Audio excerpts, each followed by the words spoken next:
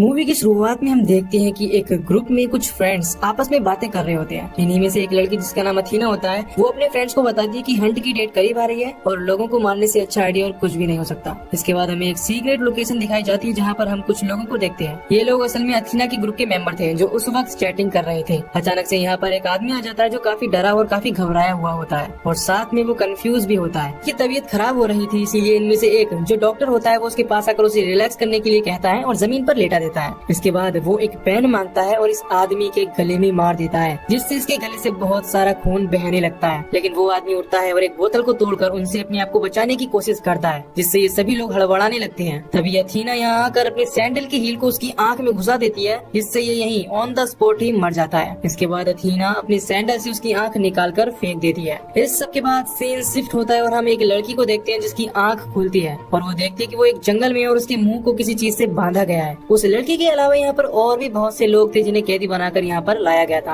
अब ये सभी एक खुले मैदान में पहुँचते हैं, जिसके बीचों बीच एक लकड़ी का बड़ा सा बॉक्स रखा था। इनमें से एक आदमी उस लकड़ी के बॉक्स के पास जाकर उसे ओपन करता है, जिसमें से एक छोटा सा पिग यानी सुअर बाहर आता है। उस सुअर के अलावा इस बॉक्स में बहुत सारे हथियार भी थे जिन्हें ये सब आपस में बांट लेते हैं। उस लड़की को वहाँ पर चाबी मिलती है, जिसकी हेल्प से सब अपने मुंह पर लगी हुई इस चीज को खोल देते हैं। तभी अचानक से उन लोगों पर कोई फायरिंग करने लगता है और इस फायरिंग में सबसे पहले वो लड़की ही मरती है। लेकिन इन पर ये फायरिंग कौन कर रहा था ये हमें मूवी के आखिर में पता चल जाएगा। खैर, एक औरत यहाँ से भागने की कोशिश करती है जो कि एक गड्ढे में गिर जाती है। एक आदमी उस लड़की की हेल्प के लिए जाता है और वो देखता है कि वो गड्ढे में बिछाई गई जाल में गिर गया। वो उस लड़की को बाहर निकालता है, जिसके बाद ये दोनों जंगल की तरफ भागने लगते हैं। लेकिन तभी उस आदमी का पाँव एक माइक, ये आदमी तुरंत मर जाता है, लेकिन वो लड़की दोबारा से जाकर गड्ढे में गिर जाती है। तभी दूसरा आदमी उस लड़की की हेल्प करने के लिए आता है, लेकिन अब उसकी बॉडी का आधा हिस्सा ब्लास्ट हो चुका था और आधा गड्ढे में पड़ा था। लड़की उस आदमी से अपने आप को शूट करने बोलती है, पर यह आदमी उसे शूट नहीं करता, जिसके बाद वो खुद उससे गन छीनकर खुद को शूट कर लेती है। इसके बाद वो आदमी जंगल की तरफ भागता है, जहाँ पर वो 3 लोगों से मिलता है। इन लोगों के सामने वायर्स की एक दीवार थी जिसे ये फांदने लगते हैं, लेकिन एक आदमी पीछे ही रह जाता है और उस पर कोई तीर से अटैक करने लगता है। इसके बाद ये आदमी वापस पीछे की ओर भागता है ताकि वो उन लोगों को मार सके जो उस पर अटैक कर रहे थे, लेकिन वो कुछ भी नहीं कर पाता और तीरों से भूना जाता है। इसके बाद वो नीचे गिर जाता है। तभी कोई उसके पास 2 ग्रेनेड फेंकता है और वो फटकर मारा जाता है। इधर ये तीनों सर्वाइवर एक शॉप में जाते हैं, जहाँ पर वो एक आदमी और एक औरत से मिलते हैं। वो दोनों हस्बैंड वाइफ थे। अब ये लोग इनसे इस जगह की लोकेशन पूछते हैं तो ये बताते हैं कि हम अरकानसास नाम के स्टेट में हैं। ये सुनकर ये सभी हैरान हो जाते हैं और समझ जाते हैं कि जितने भी सभी लोग हैं वो अलग अलग जगह से पकड़कर यहाँ लाए गए हैं। अब इनमें से एक औरत वो यहाँ पर रखी हुई कोई चीज खा लेती है, जिससे उसके मुंह से झाग निकलने लगते हैं और वो इस वजह से मारी जाती है। तभी ये दोनों शॉपकीपर्स मास्क पहनकर यहाँ पर जहरीली गैस छोड़ देती है और इनमें से एक को शूट करके मार डालते हैं। अब इससे हम समझ पाते हैं कि ये दोनों किसी प्लान का हिस्सा है। खैर, इसके बाद हम देखते हैं कि ये स्टोर को क्लीन करने लगते हैं और डेड बॉडीज को छुपा देते हैं। अब ये स्टोर इस तरह से चमका देते हैं जैसे यहाँ पर कुछ हुआ ही नहीं। तभी यहाँ पर एक और लड़की आती है और इस लड़की का नाम क्रिस्टल होता है, जो इनसे पूछती है कि वो किस जगह पर है। इस पर ये वही जवाब देते हैं कि हम अरकानसास में हैं। इसके बाद क्रिस्टल शॉप से सिगरेट खरीदती है, लेकिन जब उसे चेंज मिलता है तब उसे उन शॉपकीपर्स पर डाउट होने लगता है और वो गन से उन दोनों को मार डालती है, क्योंकि अरकानसास के हिसाब से ये सिगरेट महंगी बेच रहे थे। अब क्रिस्टल बाहर आकर एक ट्रक का नंबर प्लेट हटाती है और उस नंबर प्लेट के पीछे एक और नंबर प्लेट होती है। उसे यकीन हो जाता है कि जो लोकेशन उसे बताई गई है वो गलत है, असल में वो किसी और ही जगह पर है, जिसको उसे खुद भी नहीं पता। तभी उसे पता चलता है कि इस ट्रक में ही कुछ वायर्स हैं जो कि एक बॉम्ब से कनेक्टेड है। तभी वहाँ पर एक और आदमी आता है जिसका नाम गैरी होता है और क्रिस्टल उसे छुपकर देख रही है और ट्रेन की पटरियों की ओर चलने लगते हैं। तभी इन्हें एक ट्रेन का पता चलता है, जिसके बाद ये दोनों उसमें चढ़ जाते हैं। ट्रेन पर और भी लोग मिलते हैं जो कि रिफ्यूजी थे।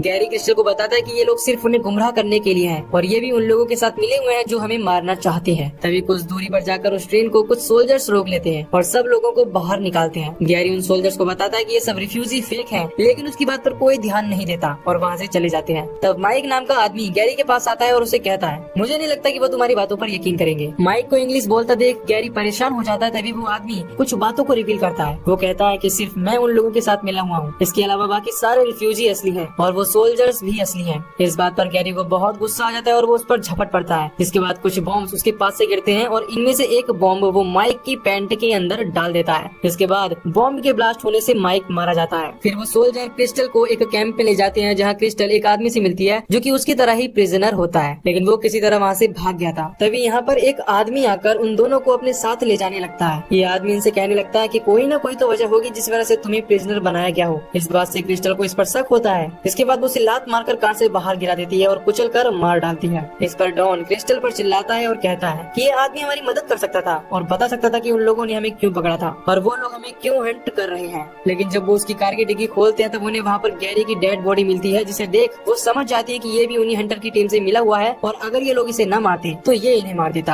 अब डॉन क्रिस्टल को बताता है कि जितने भी सभी प्रिजनर्स थे वो सब मारे गए हैं, अब सिर्फ हम दोनों ही बचे हैं। इसके बाद हमें दोबारा से वही ग्राउंड दिखाया जाता है जहाँ पर सबको प्रिजनर्स बनाकर लाया गया था और इसके साथ ही वहाँ पर वो सीक्रेट लोकेशन भी दिखाई जाती है। उस जगह पर हंटर्स थे और वहीं पर उनका ट्रेनर भी था। और दोस्तों, शुरुआत में जो गोलियां प्रिजनर्स पर बरसाई जा रही थी वो ये लोग ही चला रहे थे। डॉन और क्रिस्टल भी वहाँ पर पहुँच जाते हैं और डॉन को वो सुअर मिल जाता है। वो हंटर्स को डिस्ट्रैक्ट करने के लिए सुअर को वहाँ पर फेंक देती है। जिसके बाद क्रिस्टल अंदर आती है और वो एक एक करके इन सभी हंटर्स को मार डालती है। लेकिन इन हंटर्स का ट्रेनर भी जिंदा होता है और वो क्रिस्टल पर अटैक कर देता है और उन दोनों की काफी फाइट होती है और क्रिस्टल उस ट्रेनर को भी मारने में कामयाब हो जाती है। तभी रेडियो के थ्रू अथीना की आवाज आती है और वो क्रिस्टल को गुमराह करने के लिए और डॉन को फंसाने के लिए कहती है, डॉन क्या तुमने अभी तक क्रिस्टल को मारा या नहीं। ये बात सुनकर क्रिस्टल को डॉन पर भी डाउट होने लगता है। क्रिस्टल डॉन को कोई मौका दिए बगैर ही उसे भी मार डालती है। इसके बाद क्रिस्टल उस ट्रेनर के पास जाती है। वो उससे हंटर्स की बॉस अथीना की लोकेशन पूछती है और अथीना की लोकेशन लेने के बाद वो उसे भी मार डालती है। इसके बाद में हमें 1 साल पहले का सीन दिखाया जाता है और यहीं पर हमें पता चलता है कि आखिर वो सब लोग हंटर्स क्यों बने और उन्होंने ये सब कुछ क्यों किया। तो शुरुआत में जो हमने चैट देखी थी जिसमें सभी लोग बातें कर रहे थे लोगों को मारने की और हंट करने की, वो सब में सारी बातें झूठ थी, यानी कि वो सारी बातें जोक थी। पर जब ये चैट लीक हो गई तो उसके साथ 11 लोगों ने मिलकर, जिन्हें इन लोगों ने प्रिजनर बनाया था, उन लोगों ने उनके इस ग्रुप चैट को सच मान लिया और उसे सब जगह फैला दिया, जिस वजह से अथीना और उसके साथियों को जॉब से भी निकाल दिया गया। पहले तो उन लोगों ने हंट को सिर्फ एक मजाक के तौर पर लिया था, लेकिन जब उनके साथ इतना बुरा हुआ तब उन्होंने डिसाइड कर लिया कि वो इस मजाक को रियलिटी में बदल देंगे, क्योंकि इन्हें उन लोगों से बदला लेना था जिन्होंने एक मजाक को सच में बदल दिया, जिसकी वजह से इनकी जॉब भी छूट गई। और इसीलिए इन लोगों ने उन सब लोगों को इसमें शामिल होने के लिए ट्रैप किया। अब प्रेजेंट में जब क्रिस्टल अथीना की लोकेशन पर पहुंचती है तो वो देखती है कि अथीना खाना बना रही है। अब ये दोनों आपस में बातें करने लगते हैं। अथीना क्रिस्टल से कहती है कि मुझे उसके बारे में सब कुछ पता है और वो उसकी फैमिली बैकग्राउंड का मजाक भी बनाती है। लेकिन क्रिस्टल कहती है कि तुम जिस क्रिस्टल की तलाश कर रही हो वो मैं नहीं हूँ, बल्कि तुमने गलत क्रिस्टल को फंसाया है। इसी के साथ इन दोनों के बीच फाइट होती है और वो दोनों घायल हो जाती हैं और नीचे गिर जाती हैं। इसके बाद वो दोबारा फिर से उठती हैं और फाइट करने लगती हैं, लेकिन लास्ट में क्रिस्टल जैसे तैसे जीत जाती है और अथीना हार जाती है। अब अथीना कुछ देर बाद मर जाती है पर क्रिस्टल जिंदा बच जाती है। वो अथीना का बनाया हुआ खाना खाती है और उसके ही कपड़े पहनती है और उसके डॉग को लेकर वहाँ से जाने लगती है। बाहर की ओर उसे अथीना का प्राइवेट जेट दिखता है। इसके बाद वो पायलट और हॉस्टेस को बंदूक की नोक पर टेक ऑफ और उसकी खातिरदारी करने के लिए बोलती है और यहीं पर ये मूवी खत्म